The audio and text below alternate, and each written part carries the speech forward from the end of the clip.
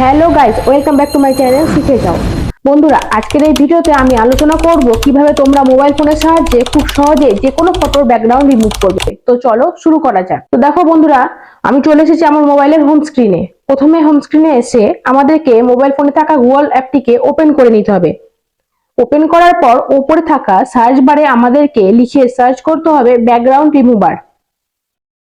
Background remover বলে search করার পর সবথেকে প্রথমে যে ওয়েবসাইটটা এসেছে, মানে রিমুভ ব্যাকগ্রাউন্ড বলে যে ওয়েবসাইটটা এসেছে আমরা দেখতে পাচ্ছি, সেই ওয়েবসাইটটাতে আমাদেরকে ট্যাপ করতে হবে।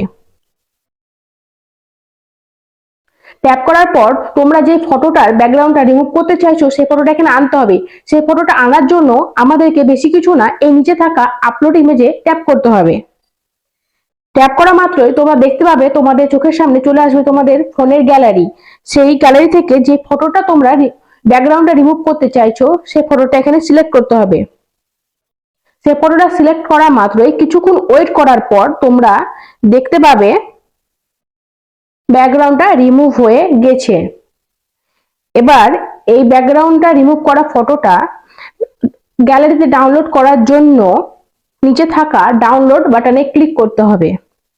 ট্যাপ করার পর লেখা আছে দেখো পাশে ফ্রি, প্রিভিউ ফ্রি, সেটাতে আমাদেরকে ট্যাপ করতে হবে। ট্যাপ করা মাত্রই তোমরা দেখবে এই ফটোটা খুব সহজেই তোমাদের গ্যালারিতে ডাউনলোড হয়ে গেছে।